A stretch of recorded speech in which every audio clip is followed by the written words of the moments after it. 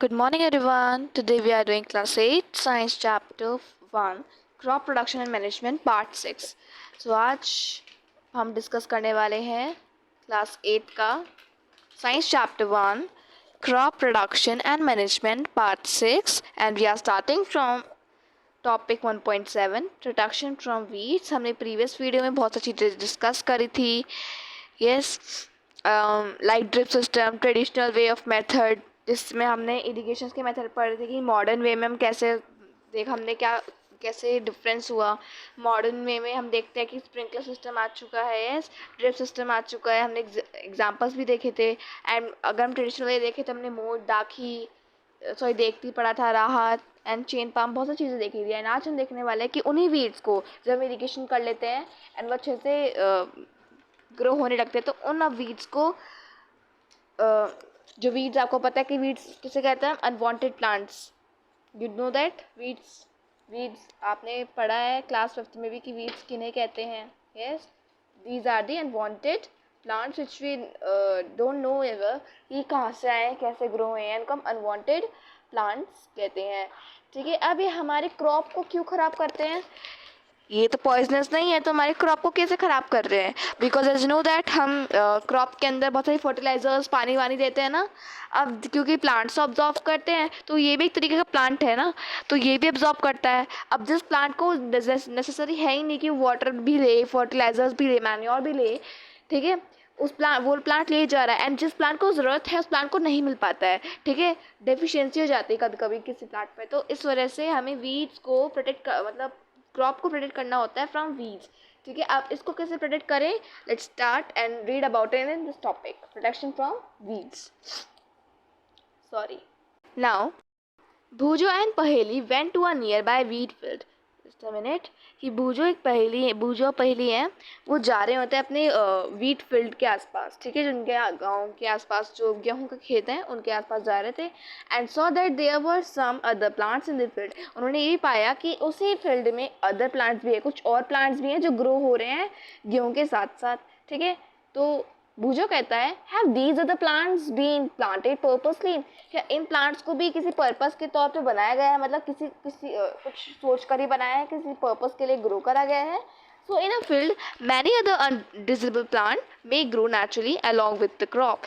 किसी भी एक फील्ड में या किसी भी खेत में आपने देखा होगा, कोई, अगर आपको पता है क्रॉप किसे कहते हैं, यस, कोई मेजर प्लांट या मेजर प्लांट का काइंड जो एक जगह पे, स्पेसिफिक जगह पर ग्रो हो रहा होता है उसको हम क्रॉप कहते हैं. यस, तो किसी भी एक जगह या कोई खेत में बहुत सारे अलग अलग टाइप के प्लांट्स उग जाते हैं, तो वो ऐसे प्लांट्स होते हैं जो नेचुरली ग्रो होते हैं. ठीक है, along with the crop. And इन्हीं इनडिजिबल प्लांट को हम कहते हैं वीड्स. ठीक है, अनडिजिबल की जगह आप अनवांटेड प्लांट्स भी कह सकते हैं. That is also a correct word for the definition of the weeds. Okay, आप यहाँ पे अनडिजिबल के साथ साथ अनवांटेड भी लिख सकते हैं. Okay, so the removal of weeds is called weeding. अच्छा टॉपिक है, अच्छा लाइन है, आपको समझना है कि जब भी हम वीड्स को रिमूव करते हैं, बहुत सिंपल है, वीड को रिमूव करते हैं तो उसका प्रोसेस का नाम क्या होगा? वीडिंग होगा. ठीक है, तो इसका आप अंडरलाइन कर लीजिएगा. ओके, 1 मार्क का क्वेश्चन आ सकता है पेपर में कि व्हाट इज़ वीडिंग या प्रोसेस बताओ. ठीक है, फिल इन द ब्लैंक्स में या MCQs में भी आ सकता है. ये वैसे MCQ या फिल इन द ब्लैंक्स में आएगा क्योंकि उसकी छोटी डेफिनेशन है.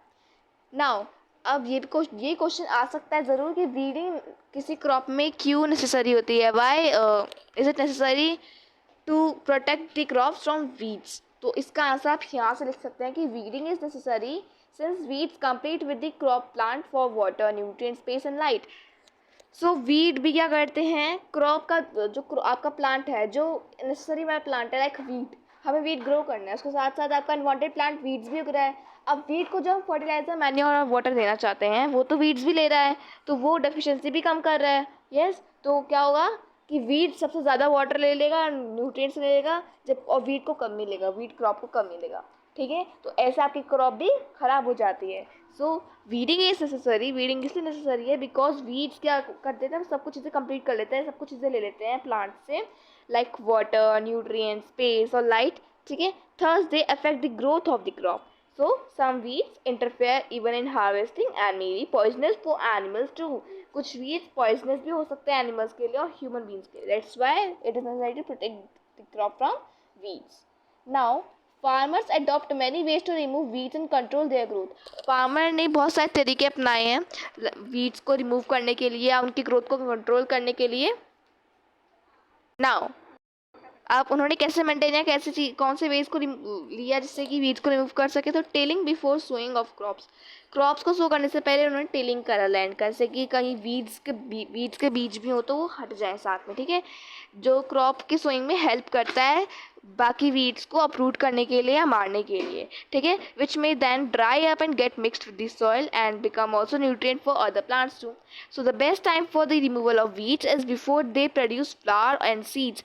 जो बेस्ट टाइम होता है वीड्स को रिमूव करने के लिए वो जब होता है या तो जब आप क्रॉप को सो करने से पहले उनको हटा लो टिलिंग के हेल्प से, या आप जब भी हटा सकते हो जब कोई भी प्लांट प्रोड्यूस करने वाला है फ्लावर या कोई लीफ प्रोड्यूस होने वाली बर्ड के थ्रू, तो आप जब भी हटा सकते हो क्योंकि जो उस टाइम न्यूट्रिएंट्स वो चाहिए होंगे वो वीड्स ले लेगा, ठीक है। The manual removal includes the physical removal of weeds. अगर हम ह्यूमन लेबर के साथ में देखें तो ह्यूमन लेबर में जब वीड्स को हम मैनुअली अप्रूव करते हैं तो ये फिजिकल चीज़ में इंक्लूड होता है, ठीक है। वाई? बिकॉज ये फिजिकल काम हो रहा है ना मैनुअल के हिसाब पे, ठीक है।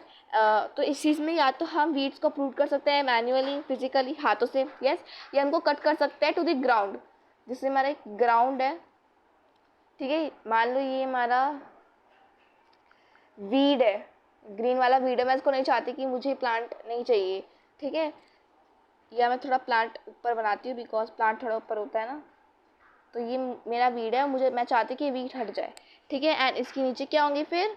रूट्स होंगी, यस, जस्ट अ मिनट, इसकी रूट्स हैं, ठीक है। अब मुझे जब इसको कट डाउन करना होगा तो मैं थोड़ा ग्राउंड के क्लोजर उसको काटूंगी, यानी कि बिल्कुल यहाँ से काटूंगी, यहाँ से काटूंगी तो उसकी रूट्स रह जाएंगी ना, तो उसको थोड़ा मैं इतना हिसाब से काटूंगी इससे थोड़ा बहुत बच सके, क्योंकि अगर थोड़ा बहुत ही बचेगा तो प्लांट आपका नहीं ग्रो पाएगा ना, क्योंकि इसकी साइज थोड़ी कट चुकी हैं। थोड़ा क्लोजर अगर आप काटोगे तो आपका वीड्स पूरा ख़त्म हो जाता है, okay. Now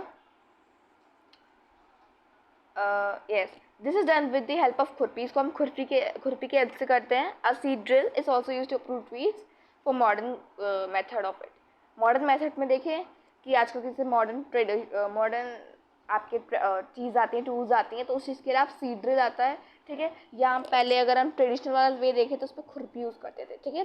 so weeds are also controlled by using certain chemicals. हम वीड्स को भी कंट्रोल कर सकते हैं, उनके ग्रोथ को कंट्रोल कर सकते हैं बाय यूजिंग केमिकल्स, ठीक है। As you know that chemicals तो हेल्थ के लिए अच्छे नहीं होते, प्लांट्स के लिए भी हेल्थ के लिए, ठीक है। तो इसलिए हम वीड्स पे केमिकल स्प्रे करके उनको कंट्रोल में करते हैं। उस केमिकल को कहते हैं वेडिसाइड्स, ठीक है। अभी जो वेडिसाइड्स है इसको हम 2,4-D के नाम से भी जानते हैं, एंड इनको हम स्प्रे करते हैं वीड्स के ऊपर इससे कि वीड्स मर सकें, ठीक है। They do not damage the crop, इससे और वीड्स जब मर जाएंगे तो वो क्रॉप को डैमेज नहीं करने वाले हैं। The weedicide are diluted with water. Weedicide को डिल्यूट करा जाता है वाटर में, जिससे कि उसका एक्सटेंट रिक्वायर्ड जो एक्सटेंट केमिकल या एक्सटेंट जो वो चीज़ें कॉज करने वाला है वो ज़्यादा ना हो। दैट वाई हम उसको थोड़ा डिल्यूट करते हैं, पानी के अंदर थोड़ा बहुत मिक्स करते हैं, जिससे कि थोड़ा एक्सटेंट ही रिक्वायर जितना में है उतना ही वो स्प्रे हो, ठीक है। जिससे कि बाकी क्रॉप्स जो हमारी ज़रूरी क्रॉप्स हैं वो भी ख़राब ना हो, because as you know that ये केमिकल है तो हमारे अच्छी क्रॉप को भी ख़राब करेगा। तो कुछ इस टाइप में आप देख सकते हैं, यहाँ पे केमिकल लगा रहता है और डिल्यूट होता है, तो दैट्स वाई थोड़ा वाटर स्प्रिंकल करा जाता है वीड्स पर, जिससे कि वीड्स मर जाएँ, ठीक है। नाउ भूजो का एक क्वेश्चन है, let's discuss that. Do weedicides have any effect on the person handling the weedicide sprayer? क्या वेडिसाइड जो पर्सन जो वेडिसाइड को स्प्रे करता है क्या उसके ऊपर भी कोई कॉज या कोई इफेक्ट हो सकता है? Yes, because as you know that is a chemical. Yes, क्योंकि weedicide as you know that वो केमिकल से बना होता है, तो केमिकल हमारी बॉडी के लिए तो क्या है, हमारी बॉडी के लिए भी इफ़ेक्ट करता है, ठीक है। तो वो चीज़ हमारी बॉडी पे कोई ज़्यादा इफेक्ट ना हो, दैट्स वाई जब भी हम स्प्रे करते हैं कोई ऐसी चीज़ या वेडिसाइड या इंसेक्टिसाइड आते हैं, सुना होगा इंसेक्ट को मारने के लिए, पौधों पे जो इंसेक्ट लग जाते हैं, बीमारी लग जाती हैं, हमें उस चीज़ के लिए अपने हैंड्स को भी कवर करना चाहिए। या तो आप हैंड्स को भी कवर करो, वरना आप बाद में अपने हैंड को वॉश कर सकते हो। अगर आपको हैंड को वॉश नहीं करना है, आपकी चोट लग रही तो आप चाहो तो हैंड्स को भी कवर करके इसे स्प्रे कर सकते हो। और अपने ज़रूरी चीज़ ये है कि आपको अपने चेहरे को ढकना है, ठीक है, and specially your nose and mouth, because हम उसी से तो इन्हेल करेंगे तो हमारे लंग्स को वो ख़राब कर देगा, ठीक है। एंड आँखों को भी आप ज़्यादा मत खोलो, सिरे और आँखों पे भी केमिकल अगर बाई चांस स्प्रे हो जाता है तो आपको तुरंत होनी चाहिए, because that is a very poisonous to us. ठीक है।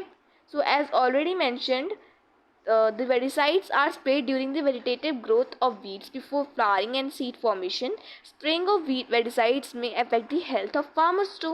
So they should use these chemicals very carefully. आपने देखा होगा कि अगर आपकी मम्मी भी वेडिसाइड यूज़ करती होंगी, अगर आपके घर में प्लांट्स होंगे तो यूज़ करी होंगी मम्मी ने आपकी भी, तो आप उसे पूछ सकते हो। ठीक है। आपने देखा भी होगा कि अपने अगर आप गाँव गए हो अपनी छुट्टियों में, तो आपने देखा भी होगा वहाँ पे कई बार फार्मर्स क्या करते हैं, अपने चेहरे को ढकते हैं, हाथ को ढकते हैं एंड वेडिसाइड स्प्रे करते हैं। आपने देखा होगा। Yes, they should cover their nose and mouth with a piece of cloth during spraying of these chemicals, because they can cause also bacteria or other diseases too. Okay, now पढ़ने वाले harvesting. आपको याद होगा हम process याद करते जा रहे थे ना, इरिगेशन का प्रोसेस हमने देख लिया। अब हम हार्वेस्ट करेंगे। वाई? बिकॉज हमारी क्रॉप अब अच्छे से ग्रो हो चुकी है, हमने वीड को ही मार दिया, अब हमारी क्रॉप अच्छे से ग्रो हो चुकी है, अब उसको हार्वेस्ट करने का टाइम आ चुका है। Let's know about what is harvesting. Okay, then पढ़ने वाले लास्ट टॉपिक आज स्टोरेज, कि हम उनको स्टोर कैसे करते हैं। ओके, हार्वेस्टिंग का देखते हैं। Harvesting of a crop is an important task. किसी भी क्रॉप को हार्वेस्ट करना एक इंपॉर्टेंट टास्क होता है। वाई? बिकॉज हमने इसको अच्छे से ग्रो करा है, अब हमें इसको हार्वेस्ट करना भी है। Yes, the cutting of a crop after it is mature. जब भी हम किसी क्रॉप को कटिंग करते हैं या कट करते हैं, जब वो मैच्योर हो जाती है। What is the meaning of mature? जब वो अच्छे से ग्रो हो जाती है, जब वो इस हद पर लायक हो जाती है कि वो अब क्रॉप हो चुकी है तैयार, उसको हम खाने के लिए लायक है वो क्रॉप, तो उसको हम कट कर देते हैं। And this is called harvesting. इस लाइन का आप अंडरलाइन कर लीजिए। The cutting of crop after it is mature is called harvesting. So in harvesting, crops are pulled out or cut close to the ground. It usually takes 3 to 4 months for a cereal crop to mature. आपको ये भी ध्यान रखना है, जैसे हम weeds को cut करते हैं ना क्लोज टू द ग्राउंड, ऐसे ही हमें क्रॉप को भी, जो आपको जब आप किसी भी क्रॉप को हार्वेस्ट करते हो उसको भी ग्राउंड के क्लोजर काटना होता है। ये नहीं कि आप उसको खाड़ दो। ठीक है, तो इस टूल को हम यूज़ करते हैं। ठीक है। एंड बेसिकली कोई सिरिल क्रॉप मतलब लाइक वीट, राइस, इनको सिरिल कहते हैं। ठीक है, आप जानते होंगे व्हाट इज सिरिल। ठीक है, तो जब ये मैच्योर हो जाते हैं, तो मैच्योर कब होती है सिरिल क्रॉप्स आपकी? करीब 3 to 4 मंथ्स के लिए। ठीक है, इंपॉर्टेंट लाइन है एक, तो आपकी इंपॉर्टेंट लाइन ये है कि व्हाट इज हार्वेस्टिंग। एंड आप ये लिखना कि Cyril crops usually takes 3 to 4 months। ठीक है, यहाँ से लिखोगे cereal crops usually takes 3 to 4 months to mature। okay, harvesting in our country is either done by manually by sickle or by a machine called harvester। जैसे आप जानते हो modern way में जब भी हम किसी चीज़ को आपको हार्वेस्ट करते हैं तो मॉडर्न टूल्स क्या है हमारे? हार्वेस्टर। इसको आप याद रखोगे। एंड मैनुअली काटते तो हम कौन से काटते हैं? सिकल से, इसको सिकल कहते हैं। ठीक है, हमारी कंट्री में बेसिकली मैनुअली कैसे काटते हैं, हार्वेस्ट कैसे करते हैं? सिकल की हेल्प से। एंड मॉडर्न वे में कैसे करते हैं? हार्वेस्टर की हेल्प से। सो इन दी हार्वेस्टेड क्रॉप में जो ग्रेन सीड्स होती हैं उनको सेपरेट करना बहुत ज़्यादा ज़रूरी होता है। ओके, सो उसको हमें शाफ्ट से सेपरेट करना होता है। सो इस प्रोसेस को हम कहते हैं थ्रेशिंग। ठीक है, this is carried out with the help of machine called combine. इसको कंबाइन की हेल्प से मशीन से ग्रेन को आपके पौधे से निकाला जाता है। ठीक है, कंबाइन भी आपका एक मॉडर्न टूल है which is in fact a harvester as well as a thresher. इसको हम हार्वेस्टर की हेल्प से एंड थ्रेशर की हेल्प से भी कर सकते हैं, बिकॉज ये दोनों काम करता है। ठीक है, इसको हम कंबाइन मशीन कहते हैं। आप देख सकते हैं इसकी इमेज। ओके, नाउ पहले हमें कुछ चीज़ बता रहे हैं, let's study about it. After harvesting sometimes stuffs are left in the field. Harvest करते करते कभी कभी, जैसे मैं आपको बोला कि हमें क्रॉप को क्लोज काटना होता है आपके ग्राउंड से, तो कभी कभी आपको जो बाकी बचा हुआ प्लांट होता है जिसको हम स्टब कहते हैं वो लेफ्ट हो जाता है, बच जाता है फील्ड के अंदर, which are burn by farmers. उसको फार्मर्स जला देते हैं। सो पहली इज वरीड, पहली परेशान हो जाती है। She knows that it cause pollution. पहली जानती है ये पोल्यूशन कॉज करता है। कौन सा पोल्यूशन कॉज करता है आप मुझे कमेंट सेक्शन में बताओगे। इट में ऑल्सो कैच फायर। ये कैच, जब जैसे फायर कैच कर रहा है तो बाकी क्रॉप्स को भी डैमेज करेगा ऑफकोर्स। ठीक है, ट्रीज भी होंगे, ठीक है, उनको भी डैमेज करेगा। तो इस चीज़ के लिए, क्योंकि वो फार्मर सब क्यों जलाते हैं, वो इससे जलाते हैं जैसे कि अब उसी लैंड को जब वो जला देंगे, वो जब वो क्लियर हो जाएगा कुछ सालों बाद, वो उसी लैंड को अच्छे से दोबारा वही प्रोसेस करेंगे। ठीक है, उसको अच्छे से पहले लैंड को अच्छे से प्रिपेयर करेंगे बाय प्लोइंग। यस, जो हमने टूल्स पढ़े थे शुरुआत से, वही प्रोसेस दोबारा चलेगा। तो farmers with small holding of land, जो फार्मर छोटे छोटे लैंड को होल्ड करते हैं, वो अपने ग्रेन्स को सेपरेट भी करते हैं बाई शाफ्ट, इसको हम विनोइंग कहते हैं. You have already studied in class 6 also. Winnowing threshing हम किसे कहते हैं. यस, ये विनोइंग मशीन है. ओके, नाउ अब हम लास्ट टॉपिक पढ़ने वाले हैं, स्टोरेज. ठीक है, जो कि आपका इतना ही है. ठीक है, उससे पहले हम एक बॉक्स के बने उसको हम पढ़ लेते हैं. Harvest festival. Okay, so after 3 or 4 months of hard work, there comes the day of the harvest. This time harvesting process चल रहा होता है, क्योंकि as you know that cereal crop को कितने months लगते हैं, 3 to 4 months to mature. जब 3 to 4 months उनकी hard work का जब वो outcome निकलता है as a crop, the sight of golden fields of standing crop laden with grain fills the heart of farmers too. क्योंकि उन्होंने बहुत ज़्यादा मेहनत करी होती है, तो उनका दिल खुश हो जाता है कि हमने इतनी ज़्यादा मेहनत करी है, 3-4 महीने के करीब हमारा इतना प्यारा क्रॉप उगा है, इसको हम बेचेंगे. Yes, with the Joy and a sense of well being. The efforts of the past season have borne fruit and it is time to relax and enjoy a little. So the period of harvest is thus of a great joy and happiness in all parts of India. Man and women celebrate it with a great enthusiasm. Special festival associated with the harvest season like Pongal, Baisakhi, Holi, Diwali, Nabanna and Bihu. ठीक है, या आपने सुना होगा, specially आपने ये पोंगल तो सुना होगा, बैसाखी सुना होगा. यस, होली में भी कई बार किसी जगह पर कुछ इंडिया के जो पार्ट्स हैं, कुछ स्टेट्स हैं जो होली पे भी हार्वेस्टिंग का जो फेस्टिवल होता है उसको करते हैं. बिहू आपने सुना होगा, बिहार में जो होता है. यस, अब हम एक टॉपिक पढ़ने वाले, last topic, storage. Let's start with it. तो storage of produce is an important task. Storage, किसी भी ग्रेन को जब क्रॉप हमारा हार्वेस्ट हो चुका है तो अब हम उसको स्टोरेज करना पड़ेगा, स्टोर करना पड़ेगा. यस, तो स्टोरेज भी एक इम्पॉर्टेंट टास्क होता है. If the harvested grain are to be kept for longer time, कोई भी हार्वेस्टेड ग्रेन को हम किसी जगह पे ले, बहुत जगह पर बहुत साल तक रखे जा रहे हैं, बहुत दिनों तक रखे जा रहे हैं, तो वो मॉइस्चर से ख़राब हो जाएंगे, उन पे इंसेक्ट लग जाएंगे, रेट्स उनको खा लेंगे, माइक्रो ऑर्गेनिज्म उन पे पनपने लगेंगे. So harvested grains have more moisture. जो हार्वेस्टेड ग्रेन्स होता है उनके अंदर और भी मॉइस्चर होता है, जिससे कि माइक्रो ऑर्गेनिज्म उन पर अटैक कर सकते हैं. तो इस चीज़ को भी हम कैसे प्रोटेक्ट करेंगे. अगर कोई फ्रेशली हार्वेस्टेड ग्रेन है, सीड्स हैं, उनको स्टोर करना है विदाउट, अगर आप पहले देखो, हम हमेशा क्या करते हैं, जब हमारा कोई क्रॉप हार्वेस्ट हो जाता है तो उसको हम पहले अच्छे से ड्राई करते हैं, जिससे कि उसका सारा मॉइस्चर निकल जाए. ठीक है, कोई भी freshly harvested grain without drawing कभी भी नहीं रखा जाता. अगर रखा जाता है तो वो ख़राब हो जाता है, उस पर माइक्रो ऑर्गेनिज्म अटैक कर सकते हैं एंड उनको जर्मिनेशन नहीं प्रोसेस करने दे सकते और वो अनफिट बन जाते हैं. So hence before storing them, the grains are properly dried in the sun to reduce moisture in them. This prevents the attack by insect pest, bacteria and fungi too. Okay. Now पहली का question, let's start about it, read about it. So I saw my mother putting some dried neem leaves. पहली ने पाया कि इसके mother ना गेहूं के जो ड्रम्स होते हैं उनके अंदर नीम के पत्ते डाल रही हैं. उसके अंदर वीट था, तो वो चौंक जाते कि क्यों है. तो नीम के पत्ते भी आपके किसी काम करते हैं. नीम के पत्ते अगर आप किसी गेहूं के अंदर, आपने देखा होगा कि मम्मी डालते होंगी तुलसा या नीम के पत्ते गेहूं किसी स्टोरेज वाले या आपकी कोई ग्रेन्स हैं उनके अंदर डालती होंगी, सीरियल्स क्रॉप में डालती होंगी. वाई? बिकॉज उससे उस पर इंसेक्ट ना लगे, माइक्रो ऑर्गेनिज्म उस पर नहीं पनपे. Now farmer store grains in jute bags. जो फार्मर्स होते हैं वो ग्रेन्स को जूट बैग्स में, कट्टों में, जो ऐसे आपने देखे होंगे कट्टों में, या मेटलिक बिन्स भी आते हैं जो मेटल से बने होते हैं, उनके अंदर स्टोर करते हैं. However large scale of storage of grains is done in silos और granaries to protect them pest like rats, insects also. Farmers हमेशा ग्रेन्स को जहाँ पे भी स्टोर करते हैं वहाँ पे एक बड़ा सा फैक्ट्री होता है, उसके अंदर वो स्टोर करता है. लाइक जैसे आप इमेज के तौर पे देख सकते हैं, ये बड़े फैक्ट्रीज होते हैं, उनके अंदर स्टोर करते हैं. Now dried neem leaves are used for storing food grains at home. Dried neem leaves को हम यूज़ करते हैं फूड ग्रेन्स को अपने घर पे ही स्टोर करने के लिए. For storing large quantities of grain in big godown, specific chemical treatments are required to protect them from pest and micro organism. Factories के अंदर बहुत सारे केमिकल्स भी डलते हैं उनको प्रोटेक्ट करने के लिए, but chemicals you know that they are very harmful to us. So हम इसलिए उन पर नेचुरल चीज़ें डालते हैं लाइक नीम या तुलसा, जिससे कि उन पर कोई माइक्रो ऑर्गेनिज्म ना पनपे. ठीक है, अब जो हमारे अपकमिंग वीडियो आने वाली है उसमें हम टॉपिक करने वाले हैं फूड फ्रॉम एनिमल्स, कि एनिमल्स से हमें कौन से फूड मिलते हैं. येस, एंड देन हमारा चैप्टर ओवर हो जाएगा. Okay, that's for today's video. If you like my channel so please subscribe to it and share to your friends also, so that they can understand this chapter too. Okay अगर आपको कोई भी query या कोई doubt हो तो please you can freely ask to me in comment section. Bye bye.